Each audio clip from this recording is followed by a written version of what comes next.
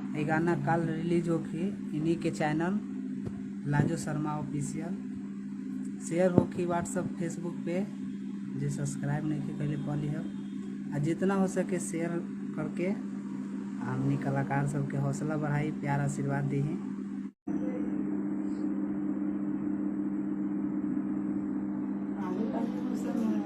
नमस्कार, प्रणाम, हर हर महादेव। जुड़ी सब है आज फिर से अपना पेज से लाइव आयल बनी। आज एगो बड़ी ही सुंदर गाना सुनाए बोलबम के।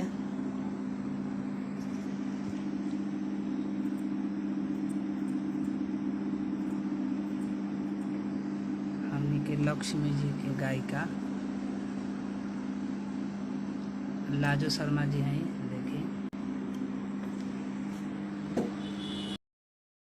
इनके गाना एगो रिकॉर्डिंग भइल बा अभी बोलबम। जुड़ी सब है।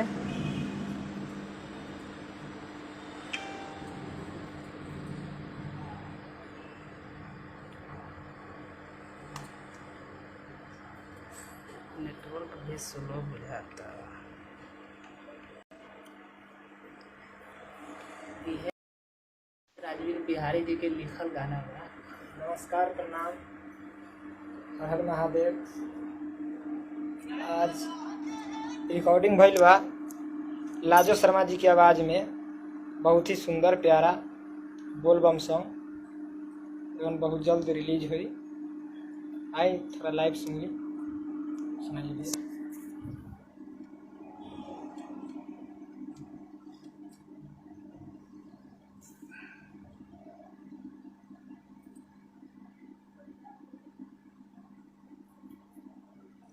मनोज कुमार जी, सुनी भैया गाना सुनाओ तने।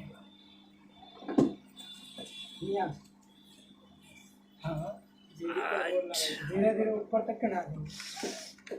सिंगर मिथुन मधोसी।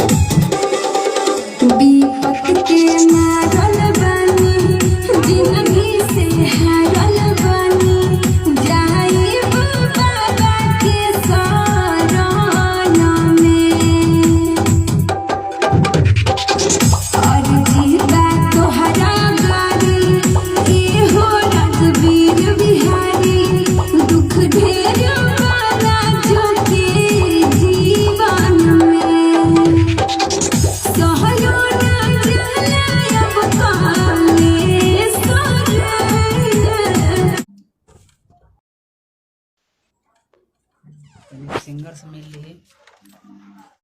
प्रणाम, हर हर महादेव। हमार गाना होता रवा सब सुनी और अपन प्यार दी।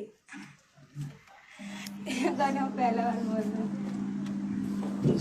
बहुत सारा गाना रिकॉर्डिंग भइल बा अपना लक्ष्मी म्यूजिक से आई, और भी बहुत सारा कंपनी बा से रिलीज होके। बहुत ही अच्छा गावेली और वो सबके ठीक लगे। एक बार सब केहू शेयर लगा दी। कल आ रहा है ये लाजो शर्मा ऑफिशियल पे।